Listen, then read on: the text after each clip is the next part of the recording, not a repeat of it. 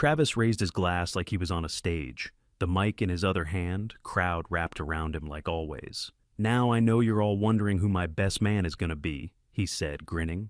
"Obviously, I couldn't pick Tom. I mean, he's the family fixer, not exactly exciting. Man hasn't done anything reckless since he got a B in 8th grade algebra." Laughter. Real, full-belly laughter. Even my mom leaned into it, clapping like it was the best thing she'd ever heard. Our dad chuckled and gave me a mock salute from across the room. My Aunt Laura, drunk off 2.5 glasses of white wine, actually yelled, "He's not wrong." And me, I just smiled and sipped my beer. Did it sting? Nah, not exactly. I'd been here before, plenty of times. The guy in the back, laughing along, letting it slide. The boring one, the fixer. The older brother with a job and an apartment and no flair. Nothing new. I wasn't embarrassed, just aware. That's the word. Aware of how I always played the support role. The solid wall everyone leaned on while Travis breakdanced through life like a Red Bull ad. He wrapped up the toast with a wink and a kiss to Kayla. She beamed at him like he just gave her the moon. Everyone clapped again. He soaked it up like a sponge. That's when I stood up. I walked across the floor, beer still in one hand, the other holding a small black velvet box. The room quieted just a little, enough that the jazz band missed a note. I handed it to Travis. "For love," I said. My voice was flat, steady. He opened it, expecting a watch or some clever gag. His smile dropped like a curtain. "Quick note, before listening, share which city or country you're watching from." The jazz band actually stopped for a second. Someone hit a wrong key, and the buzz in the air twisted sharp.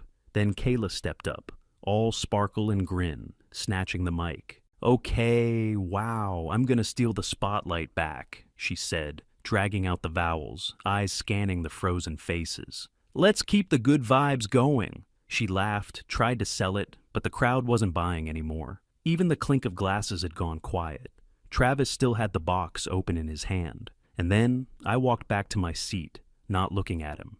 The room didn't know what to do with the moment yet. When we were kids, Travis was the wild one, the loud one, the one who'd jump off the garage roof with a towel tied around his neck and somehow land in applause. I was the one who picked up the ladder he knocked over, quiet, steady, the older brother who made sure the screws were tight before he climbed.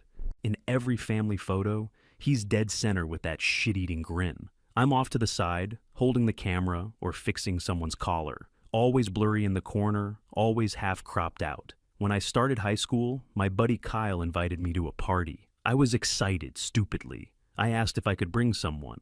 He said, "Yeah, just not your brother. He's a blast."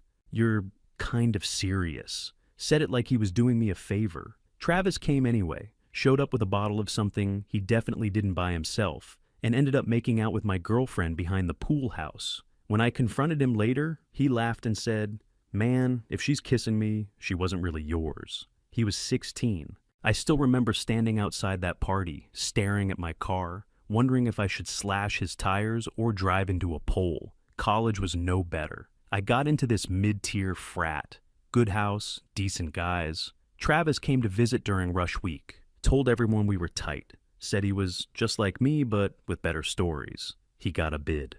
3 weeks in, he almost got a pledge hospitalized with some stupid hazing stunt involving firecrackers and tequila. I reported it. I didn't even think twice. They blacklisted me from every social event on campus after that. Travis got a slap on the wrist and still came back to party the next semester like nothing happened. In our 20s, he came to me with this whole construction tech pitch. Said he needed seed money. I gave him $3,000 and co-signed a credit card to help him get started. 6 months later, I was getting collection calls. He'd maxed it out buying gear he didn't need and booking flights to network. Told me it was my fault for not sticking with it when things got hard. I spent 2 years fixing my credit.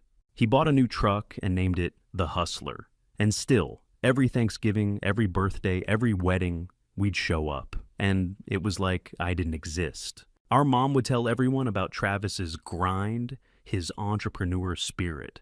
Dad would pour him a scotch and say, "That's my boy." Meanwhile, I was asked if I was still single, still in the same apartment, still figuring things out. Eventually, I stopped correcting anyone. I stopped arguing. I stopped hoping for anything different. But then Kayla came along. She was sharp, funny, the kind of woman who actually paid attention when you talked. First time we met, she offered to help me carry chairs to the garage during a 4th of July cookout. Travis was off somewhere getting people to chant his name over beer pong. She walked beside me, said, "You're the older brother, right?"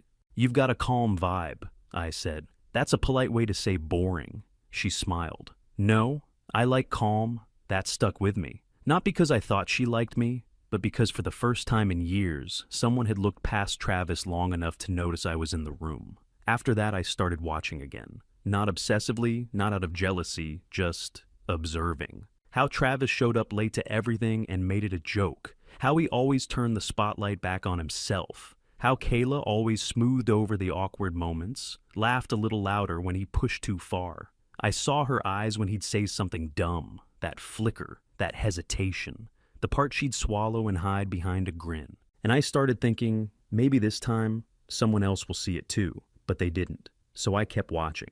2 months ago, I got a call from Mom while I was halfway through a frozen burrito and some Thursday night rerun. "Tommy," she said, already in panic mode, "Travis's slideshow is this weekend, and the photos aren't loading. Can you come over?" I tried, but it keeps spinning. I sighed. Not because I didn't want to help, just because I already knew how this would go. I'd show up, she'd hand me the laptop like it was a bomb, and Travis would get another seamless event with his fingerprints nowhere near the actual work. 15 minutes later, I was in their dining room, laptop open, half-drank glass of wine sweating into a coaster. Mom hovered behind me, pointing at folders labeled Travis Grad, Travis Prom, Travis Fun. "Where are the family pictures?" I asked. "Oh, I think there's one in 2011 ski trip, but Travis was the cutest that year. Remember his blue jacket?" I clicked through. She was right. There were probably 200 pictures of him smiling like he invented snow. I was in 5, usually in the back, helping someone zip a coat or carrying skis. She handed me the login to the cloud storage. "Travis set this up," she said proudly. "So tech-savvy. It was a shared account, all synced up to his phone. Notifications were coming in live. I was dragging another folder when a pop-up blinked in the corner of the screen. Carly G. "Last night was insane. You're gonna make a terrible husband." I stared at it. My hand hovered over the trackpad. Mom had gone to get more wine. I clicked. It opened a whole message thread, months long. Screenshots, photos, audio clips. Some of it blurred because of the thumbnail filter, but the file names told enough. The timestamps? They lined up perfectly with Travis's engagement to Kayla. Hotel receipts. Uber drop-offs. "Miss you already," text from Carly, complete with lip prints and filtered selfies from bathrooms that weren't hers. One picture showed her in a hotel bed, Travis's watch visible on the nightstand. Same Rolex he flashed at Thanksgiving. I swallowed, clicked deeper, found a group thread labeled Bros and Biz. The messages there were worse.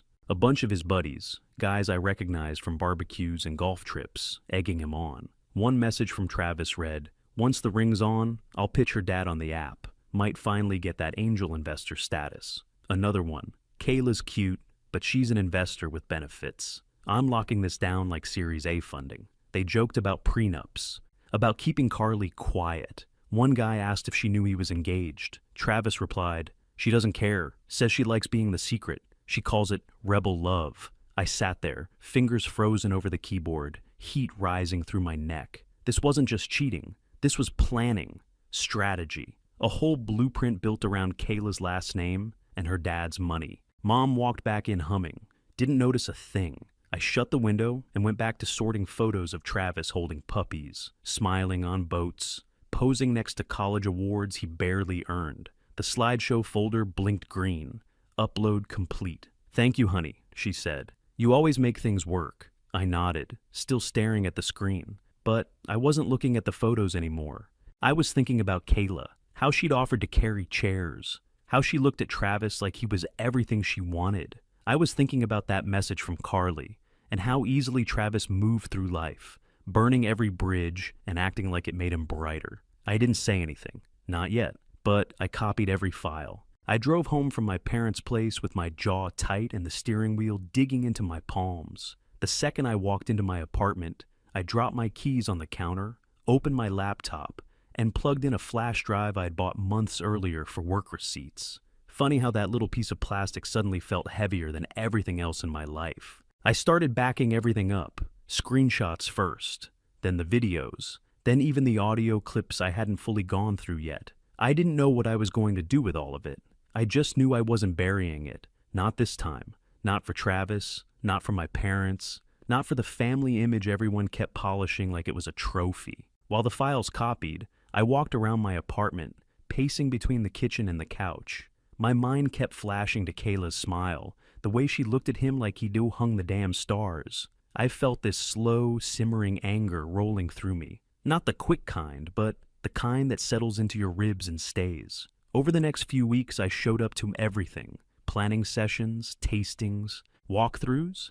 Kayla's family thought I was being sweet, stepping up as the responsible older brother. They'd pat my shoulder, tell me I had a kind soul. Her mom hugged me twice at a florist shop. Travis didn't notice any of it. He was too busy bragging about being the next big name in construction tech, whatever the hell that meant. Every time he walked into a room, he launched straight into some story about investors he'd talked to or a guy who liked his pitch.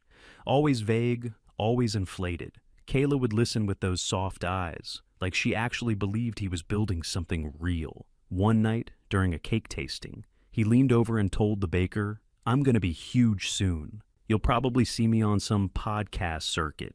The baker nodded politely. I wanted to laugh. A week before the party, I pulled the trigger. I texted Kayla and said, "Hey, I'm putting together a little add-on for the slideshow to surprise Travis. Got any photos or videos you want included?" She replied within minutes. "OMG, yes. I'll send everything tonight."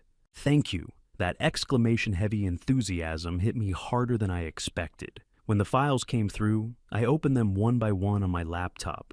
Short clips of them at lakes, at dinner, at some Christmas market. She filmed him while he drove, cracked jokes, kissed him on the cheek. All that small, soft stuff couples do when they're in the phase where everything feels permanent. She'd tilt the camera toward herself sometimes, and I could see it in her face. This wasn't a woman playing pretend or chasing his last name. She genuinely loved him in a way he didn't deserve, and probably never even noticed. One video stopped me cold. They were sitting on her couch. She leaned into his shoulder and whispered, "I can't believe I get to marry you." She said it like a secret she couldn't hold anymore. Travis didn't even look up from his phone.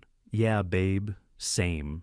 I clicked pause. I sat back in my chair, staring at the frozen frame of her smiling into the camera. My chest felt tight. Not sad, not jealous. Angry. Angry at how easily he got handed loyalty he never earned. Angry at how she had no clue what he was doing the nights he didn't answer her calls. Angry at how my whole family would rather pretend he was some shining success than admit who he really was. I looked at the USB drive on my desk. Then I dragged her videos into the same folder. I wasn't sure what the final moment would look like, but I knew the fuse was set, and I wasn't putting it out. I zipped the flash drive into that little black box the night before, closed it tight, and slid it into my coat pocket. Slept maybe 4 hours. Woke up wired, like my body already knew what I was about to do. The rooftop was perfect. High-rise view of the city skyline. Sun setting behind the buildings like a backdrop they special ordered. Soft jazz playing. Champagne towers stacked so high, I swear one wrong breeze would have taken out half the crowd. Every table had little name cards, candles, and a mini charcuterie board. Overkill, but on brand for Travis. He was already working the crowd when I got there, flashing his Rolex, kissing Kayla's little cousin on the head, shaking hands with Kayla's dad like they were co-founders of something real. "Tom!" he shouted across the terrace. "My guy, looking sharp, man." I gave him a nod, that's all. Slipped past the first round of guests and found the AV setup tucked behind a hedge wall. Big screen, sleek projector, some rental soundboard. I plugged in the flash drive. System read it clean. Files loaded smooth. I took a deep breath, pulled it back out. No errors, no glitches, no way to stop it once it started. Kayla walked up just as I was coiling the HDMI cable. She looked stunning. Like someone who didn't know her whole future was about to catch fire. "Hey," she said, "thank you so much for helping." "Seriously, Travis says he wants to be the showman, but you're the one actually getting things done." I smiled and gave her a small nod. You look happy, I said. I am, she said, with that open, honest smile. Feels like everything's falling into place, you know? Yeah, I knew. By the time the crowd filled in, Travis was holding court, glass in hand, laughing like he owned the damn sky. People kept clapping at nothing. Stories with no punchlines, just that Travis charm soaked in champagne. Dad stepped up with his toast. He grinned, raised his glass, and said, You know, I always wanted a son who made people proud. A guy who stood out, took risks, made things happen. Travis, you are that guy. Applause. I didn't move. I just stood there with a drink in one hand and that black box in the other, feeling the weight of it press into my palm like a second heartbeat. I glanced over at Kayla. She was holding on to Travis's arm, laughing, eyes shining, like this was her moment too. Then I looked at Travis. He was soaking it in, arms open, smiling like a man who'd never faced a consequence in his life. I finished my drink in one swallow. Tonight's the night. Travis lifted the mic like he'd been waiting his whole life for this exact spotlight, flashing that smug grin he practiced in every bathroom mirror since middle school. Before we wrap up, he said, I gotta give a shout out to my big brother, Tom. The guy's basically our family's customer service hotline. If you've ever had a flat tire or a broken sink, he's your man. Just don't ask him to plan a party. He'll alphabetize the napkins. The crowd cracked up. Loud. Too loud. A couple of his buddies whistled. Someone clapped me on the back. Travis bowed like he just delivered a Netflix special. I didn't wait for the laughter to die. I stepped forward. The mic hung between us, but I didn't need it. I held out the little black box. I brought a little something, I said, to celebrate love. He blinked, confused for half a second, then smirked like he was bracing for a joke. He took the box, popped it open, and froze. His mouth twitched. His eyes flicked up at me, then back to the flash drive sitting in the velvet slot. The shift was tiny, but everyone felt it. The laughter thinned out, drifting into this weird, confused silence. Kayla leaned in, peering at the box. What is it? She asked, half laughing. Should we watch it now? The crowd, oblivious, drunk, shiny with good vibes, cheered. I didn't say a word. I didn't have to. Travis shut the box with a snap. It's nothing, he said quickly. Just a dumb joke. Let's move on. But the MC, some guy Kayla's mom hired who'd been dying for a moment all night, swooped in like a vulture. Oh hey, is that the surprise addition to the slideshow? He said. Perfect timing. Before Travis could react, the guy plucked the flash drive out of the box.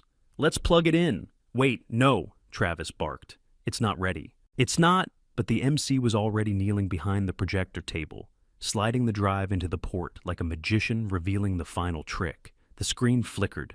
People turned toward it, glasses raised, smiles wide. Then the first slide popped up. A screenshot, white text bubbles on a black background. At the top, Travis. His message, once we're married, I'll pitch her dad on my crypto app. A dull, confused murmur rolled through the crowd. Kayla's smile fell. Her shoulders went stiff. Someone whispered, Is this real? Travis stepped toward the screen, hands up like he could physically block the image. This is out of context. It's fake. It's... Tom, what the hell did you... The slide changed. A photo of Carly, clear as day, lying in a hotel bed. Hair messy, makeup smudged, one bare shoulder exposed, sheet pulled to her chest. Behind her, the nightstand. On it, Travis's Rolex. Timestamp, 3 nights ago. Gasps filled the terrace. Someone dropped a champagne flute. It shattered like a gunshot. Kayla staggered back, hand over her mouth, eyes glued to the screen. Oh my God, she whispered. Travis lunged for the projector, but the MC blocked him, holding his arms out like he was protecting sacred equipment. Sir, please, turn it off, Travis yelled. It's all fake. I didn't move. I didn't speak. I just watched the crowd turn toward him, watched their faces flip from joy to shock to disgust in a matter of seconds. The projector hummed. The screen stayed bright, and Travis spun around, desperate, sweating, grabbing at cables with shaking hands, still trying to undo what was already done. Kayla didn't scream. She didn't cry. Her face just emptied. No color, no emotion, like someone cut the power. She stared at the screen as the next slide loaded. Another text, another receipt, another lie. But she didn't even flinch. Her brother, big guy in a dark blazer stepped up and stood between her and Travis without saying a word, just squared his shoulders, locked his arms, and held the line. Travis tried to move toward her. "Kayla, babe, just let me explain." "Don't," her brother snapped. Kayla didn't look at either of them. That's when her dad stepped forward. I'd only met him a handful of times. Always polite, always quiet. But now his face was deep red and locked tight. A guy who'd spent his whole career in control, and now he looked like someone had spat on his shoes. He didn't raise his voice, didn't throw a punch. He just looked Travis dead in the eye and said, "Get out." The air sucked out of the rooftop. Total silence. Travis laughed. Short, fake, desperate. "This is a setup. That stuff was planted. I mean, come on. Tom's had it out for me since we were kids. You need to leave," her dad said again. Phones were out now. I saw at least 3 people recording. The clink of glasses was gone. Just whispers and the occasional shutter sound from someone trying to catch this meltdown in 4K. Then I felt a hand on my arm. Tight grip. Familiar perfume. Mom. She leaned in and hissed, "You didn't have to do this." I turned to her. "You're right. I didn't. I chose to." Her mouth opened like she wanted to argue, but nothing came out. Travis was still scrambling. "You really believe I'd risk everything over some random girl? This is a fake story. You're all getting played." "I've got backups," I said, loud enough for the front rows to hear. 3 other drives, plus cloud storage. I'm not stupid. He spun toward me. "You think this makes you the hero? You're just jealous. Always have been." Someone, maybe the MC, maybe a staff guy, finally unplugged the projector. The screen went dark. The rooftop was still lit up, still decorated for a party, but it felt like we were standing in a wreck. Kayla didn't say anything. She looked at Travis for a long moment. Not hate, not pain, just recognition. Like she finally saw who he was. Then she reached up, slid the ring off her finger, and dropped it. It didn't bounce. It just hit the floor, flat, like it knew it was done. She turned and walked out. Didn't look back, didn't say a word. Her brother followed, her dad followed. The crowd didn't move. They just watched Travis stand there, blinking under the string lights like the whole world had sucker punched him. I stepped back, picked up a fresh drink from the bar, and walked to the edge of the rooftop. Didn't smile, didn't gloat. Just let the wind hit my face while the party burned down behind me. The next morning, my phone buzzed before I even got out of bed. Travis. "Hope you're happy, you jealous loser." I stared at it for maybe 3 seconds, then blocked his number. No reply, no warning, just done. My head was pounding. Not from alcohol, I'd barely had 2 drinks, but from everything that came with that flash drive. The silence after Kayla left, the way people looked at me like I'd just shot a family pet. No one clapped, no one thanked me. Until I checked my DMs. Unknown number. "Hey, this is Jen, Kayla's cousin. Just wanted to say she's devastated, but she says thank you." I read it 3 times. That last part stuck in my throat like a stone. By noon, my parents had both tried to pretend it wasn't happening. Dad called, but all he said was, "Your mother's upset. I don't agree with everything, but you could have handled it differently." I didn't answer him, didn't need to. Mom didn't call, didn't text, didn't send a single word. But Aunt Laura, who never missed a family gossip thread, emailed me an old photo. No message, just the image. It was me, maybe 11, crouched down next to Travis's busted-up bike, grease on my hands, sweat on my face, while he stood behind me holding a popsicle, grinning like he'd done something. I remembered that day. He broke the damn chain riding down a hill he wasn't supposed to be on. I fixed it. Didn't even get a thank you. I stared at that picture for a while, not mad, just tired. At work, my boss poked his head into my office. "Hey," he said, casual, "heard about your brother's party. Didn't know you had that in you." I raised an eyebrow. "That's supposed to be a compliment?" He shrugged. "Ballsy move. You free for lunch tomorrow?" "Yeah, sure." He gave a nod and walked off. No drama, just an open door. About 2 weeks later, the buzz died down, but the fallout hadn't. Travis's engagement was officially dead. No public statement, no heartfelt Instagram apology, just silence. Kayla scrubbed him from her socials, changed her relationship status, and posted some quote on her story, choosing peace over pretense. That was it. Subtle, but sharp. People got the message. I didn't hear from Travis. Not directly. Word was, even his closest buddies had backed off. One of them removed him from a group chat I was still muted in. All it said was, "We're not covering for you. Grow up." That actually made me laugh out loud. Mom tried to pull the usual act, sent a group text asking if we could have a family dinner to mend things. I left it on red. I knew how that dinner would go. Her acting like nothing happened, Dad sipping whiskey and talking about football, Travis cracking a joke at my expense like he hadn't just torched his own life. No thanks. 3 days later, I got an email. Subject line, coffee. It was from Kayla's dad. He picked a small spot downtown. Quiet, old-school place with real mugs and chairs that didn't match. I showed up 5 minutes early. He was already there, no tie, sleeves rolled up, sipping black coffee and reading the news like a guy who didn't own half the commercial properties in the county. He looked up, nodded. "Tom." "Sir," I said, sitting down. "You can call me Rick," he said, setting his phone aside. "I appreciate you coming. Wasn't sure if this was going to be a slap or a thank you." He gave the smallest smile. "Not a slap. Though, for the record, it was a hell of a grenade you tossed." I didn't say anything, just waited. He leaned in a little. "Look, I've spent a long time betting on people with charm.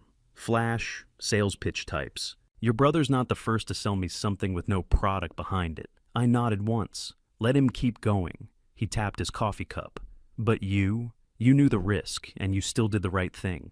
That takes more guts than half the boardroom clowns I've dealt with." I wasn't sure how to respond to that. It felt strange to be seen like that. Not as the screw-up older brother, not as the family fixer, just as a guy who finally said no. Then he said, "I've got a buddy who runs a logistics firm out in the city. He's expanding, hiring operations staff. It's not glamorous, but it's solid work. Thought I'd put your name in." "Seriously?" I asked. "No promises," he said. "Just a meeting. He respects quiet consistency. I think you'll get along." I took a breath and nodded. Yeah, I'd take that meeting. It wasn't revenge. It wasn't a trade-off. It wasn't me climbing some moral high ground. It was just a door I hadn't known existed until someone opened it without asking me to be anything other than myself. And I walked through it. I was back at work, neck deep in delivery manifests and forms that never lined up. Same squeaky chair. Same awful vending machine coffee that tasted like it was filtered through drywall. Every so often a coworker would walk by and say something like, "Legend," or "Dude, you really did that, huh?" Apparently the whole thing went semi-viral. Someone had posted the projector clip online. Title was "Best Man Bombs Brother's Engagement in 4K. Classy." Travis hadn't reached out. Not a call, not an email. Last I heard, he was trying to salvage a podcast about real business grit. Guess crypto betrayal didn't test well with sponsors. That Friday, the guys from work invited me out. Neighborhood bar. Nothing fancy. Wood-paneled walls, sticky floors, cheap wings, good crowd. Trivia night was in full swing when we got there. I took the seat at the end of the booth, grabbed a beer, and let the noise wash over me. Around round 3, someone slammed their glass down and said, "All right, we got to do this properly." They raised a drink. "To Tom," one of them said. "Guy's got bigger balls than all of us." Everyone laughed and drank. Even the bartender gave me a nod. I just shook my head, smiling. Took a sip. Not because I needed the praise, but because it felt honest. Like a moment that didn't have strings attached. Later, walking home, I passed the same corner store I'd gone to 100 times. Same blinking sign that never got fixed. Cold air, cracked sidewalk, loose gravel under my boots. And all I could think about was that night. That little black flash drive. The moment his face dropped. The crowd turned. The silence. I wasn't proud. I wasn't smug. I was just satisfied. Satisfied that for once I didn't swallow it. I didn't play nice or hold the family line or stay behind the scenes fixing things no one thanked me for. I finally stopped letting him take the light. And now, I don't care if anyone claps. I just like the quiet. When I got home, I pulled a beer from the fridge, popped the cap, and stepped out onto the front stoop. Street was dead. One porch light across the way, a dog barking somewhere in the distance. I sat down on the cold concrete, let the bottle sweat in my hand, raised it to no one, to getting exactly what you deserve. Then I drank.